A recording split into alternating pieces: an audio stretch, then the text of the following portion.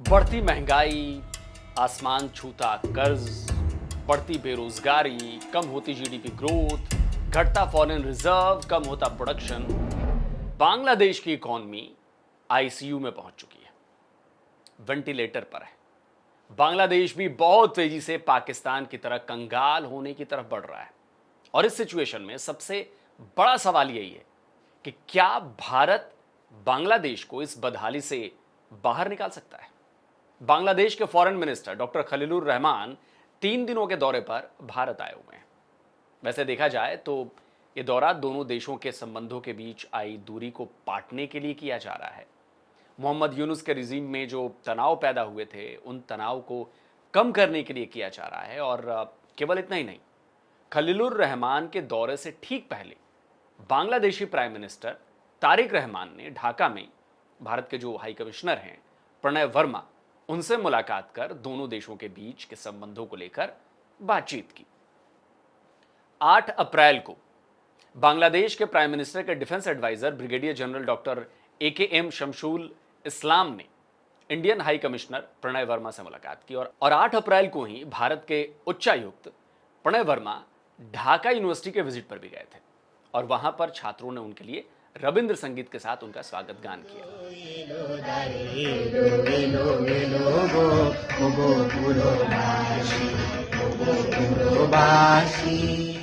लेकिन इन सबकी वजह केवल यही नहीं है कि बांग्लादेश बहुत तेजी के साथ भारत से अपने जो रिलेशन है वो सुधारना चाहता है। असल वजह है बांग्लादेश के जबरदस्त इकोनॉमिक क्राइसिस, जिससे निपटने के लिए उसे भारत की बहुत ज्यादा जरूरत है।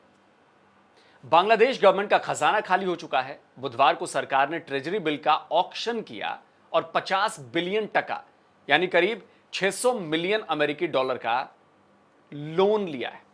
यह उधार बजट घाटे को कम करने के लिए लिया गया है। पिछले साल पेश किए गए बजट में बांग्लादेश का बजट डेफिसिट 2.26 लाख करोड़ टका रहने का अनुमान जताया गया था, जो कि बांग्लादेश की जीडीपी का 3.6% है। इसका साफ मतलब है कि सरकार का खर्च बढ़ रहा है, लेकिन उसकी आमदनी यानी कमाई नहीं बढ़ रही। बजट डेफिसिट का लगातार और इतना ज्यादा बढ़ना इकोनॉमी पर प्रेशर डालने लगता है। बांग्लादेश इसी प्रेशर का शिकार है और तभी उसने ट्रेजरी बिल के ऑक्शन से 600 मिलियन डॉलर का कर्ज लिया है। फाइनेंशियल ईयर की दूसरी तिमाही में बांग्लादेश की जीडीपी ग्रोथ गिरकर 3.03% रह गई है। रिपोर्ट्स बता रही हैं कि कोविड के बाद जीडीपी ग्रोथ की ये बुरी गत जो है ये पहली बार हुई है और इसकी वजह उत्पादन का गिरना, एनर्जी क्राइसिस और पॉलिटिकल अनसर्टेनिटी है। मिडिल ईस्ट की वॉर ने बांग्लादेश की इस इकोनॉमिक क्राइसिस को बहुत ज्यादा बढ़ा दिया है और इसका सबसे बड़ा असर बांग्लादेश की अर्थव्यवस्था की रीढ़ माने जाने वाली रेडीमेड गारमेंट इंडस्ट्रीज पर पड़ा है। इस कॉन्फ्लिक्ट की वजह से रॉ मटेरियल के दाम में 10 से 20% तक की बढ़ोतरी हो गई है। चीन और मिडिल ईस्ट से आने वाले कच्चे माल की सप्लाई या तो डिले हो चुकी है या फिर पूरी तरह से रुक गई है। वहीं दूसरी तरफ खरीदार जल्दी सप्लाई का प्रेशर बना रहे हैं। लेकिन मुसीबत यह है कि फ्यूल क्राइसिस और फ्यूल प्राइस के बढ़ने से ट्रांसपोर्टेशन का कॉस्ट भी बढ़ गया है। रिपोर्ट्स बता रही हैं कि बांग्लादेश के रेडीमेड गारमेंट इंडस्ट्रीज का प्रोडक्शन कॉस्ट जो है वो 12% तक बढ़ गया है, जबकि ऑर्डर के 20 से 25% तक गिरने की आशंका जताई जा रही है। अब देखिए कि इस क्राइसिस में भारत बांग्लादेश को किस तरह से मदद कर रहा है। बांग्लादेश की राजधानी ढाका और उसके आसपास करीब 266 RMG फैक्ट्रीज हैं, जिन्हें रोजाना 2,64,174 लीटर डीजल चाहिए। इसलिए चाहिए क्योंकि इन इलाकों में हर दिन कम से कम 4 घंटे की लोड शेडिंग होती है, यानी कि बिजली काटी जाती है 4 घंटे के लिए। अब उस समय में फैक्ट्री का काम तो बंद नहीं रहेगा, तो फैक्ट्री का कामकाज चलता रहे इसके लिए जनरेटर्स की जरूरत पड़ती है और जिन्हें चलाने के लिए डीजल चाहिए। लेकिन बांग्लादेश के पास क्रूड ऑयल, डीजल, पेट्रोल और गैस बाकी सबकी जो है वो भारी किल्लत है।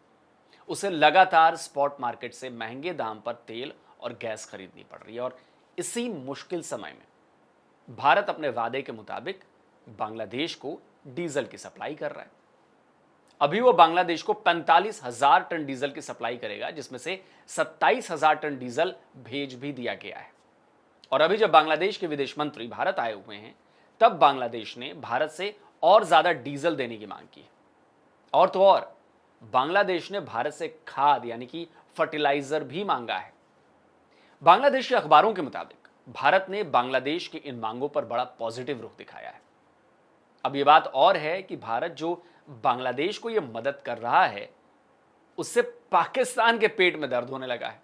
यानी कि बांग्लादेश इतना डिपेंडेंट है इंडिया के ऊपर कि बांग्लादेश की खाद और डीजल भी इंडिया से आता है।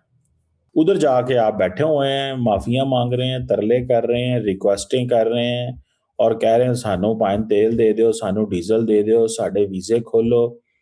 लैंग्वेज सुन रहे हैं आप पाकिस्तान के स्ट्रैटेजिक और पॉलिटिकल एनालिस्ट चीमा साहब की।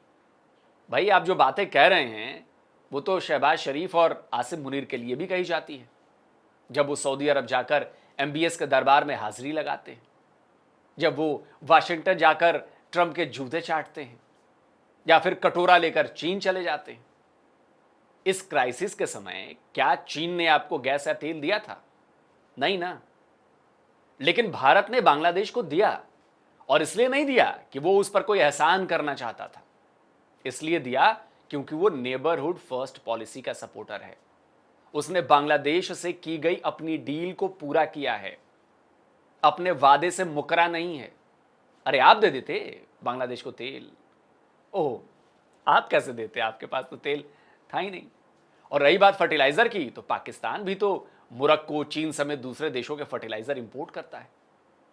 तो जिस देश को जहां से सस्ता सामान मिलेगा वो वहां से खरीदेगा। खैर, पाकिस्तानी तो दोस्तों ऐसे ही मातम करते रहेंगे, मनाते रहेंगे। हम बात करते हैं बांग्लादेश की आर्थिक स्थिति की।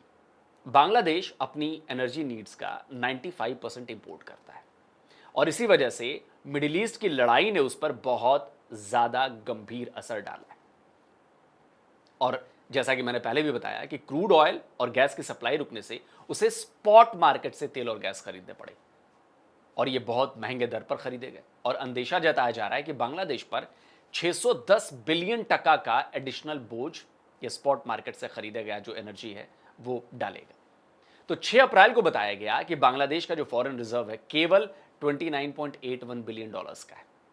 अब स्पॉट मार्केट से महंगी दर पर खरीदे जा रहे तेल और गैस का बिल का प्रेशर भी इसी फॉरेन रिजर्व पर पड़ा है, और इसी वजह से बांग्लादेश मार्च से ही लगातार $2 बिलियन की फॉरेन फंडिंग की तलाश में जुटा हुआ है। आईएमएफ की एक टीम भी कुछ दिनों में बांग्लादेश आने वाली है, तो हो सकता है कि बांग्लादेश को आईएमएफ से कुछ फंड्स मिल जाए। यह रकम फौरी तौर पर बांग्लादेश को तो राहत जरूर दे देगी, लेकिन यह उसके कर्ज के क्राइसिस को और ज्यादा बढ़ा देगा। रिपोर्ट्स बता रही हैं कि देश का कुल पब्लिक डेट 22.8 ट्रिलियन टका यानी करीब करीब $207 बिलियन हो चुका है। इसमें घरेलू कर्ज 11.39 ट्रिलियन टका और विदेशी कर्ज 11.77 ट्रिलियन टका है। यानी बांग्लादेश पर अभी $107 बिलियन का विदेशी कर्ज है।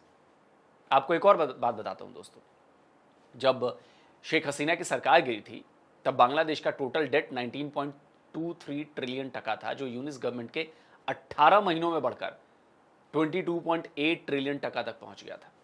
यह कर्ज बांग्लादेश की अर्थव्यवस्था के गले में पड़े पहाड़ जैसा है, जो उसे बंगाल की खाड़ी में डुबोए जा रहा है। इन सबके बीच बांग्लादेश में लगातार बढ़ती महंगाई अर्थव्यवस्था के साथ साथ लोगों का भी दम घोट रही है। पिछले महीने यानी मार्च में बांग्लादेश में जो इन्फ्लेशन रेट था वो 8.71% था। तो बांग्लादेश को ना केवल अभी फॉरेन फंड्स की जरूरत है, बल्कि एक मजबूत आर्थिक नीति की भी दरकार है, जो उसकी डूबती हुई अर्थव्यवस्था की नाव को थोड़ा संभाल सके। अब इसमें भारत की भूमिका बहुत अहम हो जाती है। भारत बांग्लादेश का इकोनॉमिक पार्टनर रहा है। भारत के पोर्ट्स का बांग्लादेश ने अपने एक्सपोर्ट के लिए, ट्रांसशिपमेंट के लिए खूब इस्तेमाल किया है। भारत बांग्लादेश का एनर्जी पार्टनर है। डीजल तो सप्लाई कर ही रहा है, भारत बांग्लादेश को बिजली भी सप्लाई करता है। एक और दिलचस्प बात, भारत हर साल अपने बजट का एक बड़ा हिस्सा अपने मित्र देशों को मदद के नाम पर देता आया है। इस साल भारत ने 5,685 करोड़ का फंड फॉरेन एड के नाम पर मित्र देशों को दिया है। इसमें भूटान को सबसे ज्यादा 2,288 करोड़ का फंड डेवलपमेंट असिस्टेंस के लिए दिया गया है। नेपाल को 800 करोड़, मालदीव्स और मॉरिशस को 550 करोड़, लेकिन बांग्लादेश का फंड पहले से आधा कर दिया गया। वजह आप लोगों को पता ही है कि क्यों किया गया।